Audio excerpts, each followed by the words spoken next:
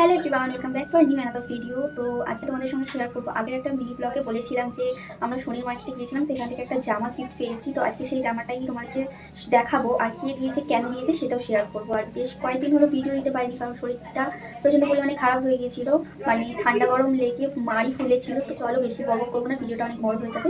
তো জামাটা তোমাদের সঙ্গে শেয়ার করতে চলো। তো এই দেখো, এই গ্রাউন্ডটা কিন্তু গিফট পেয়েছি। এই যে একটা কিন্তু বেল্টও আছে এখানে কোমরে।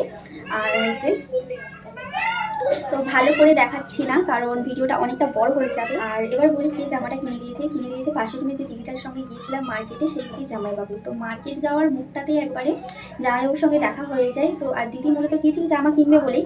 তো দিদি জামা যখন দেখে তখন কিন্তু জামা কেনার পর জামাইবাবুটাই টাকা পেমেন্ট করে দেয়। তার আমরাও যেহেতু ছিলাম দুজনে, তার জন্য কিন্তু আমাদের দুজনকেও কিনে দিয়েছিল, মোট তিনজনকেই কিন্তু জামাইবাবু জামাটা কিনে দিয়েছিল। আর এরকম হুটহাট গিফট পেতে কিন্তু সবারই ভালো লাগে। তো আজকের মতো টাটা।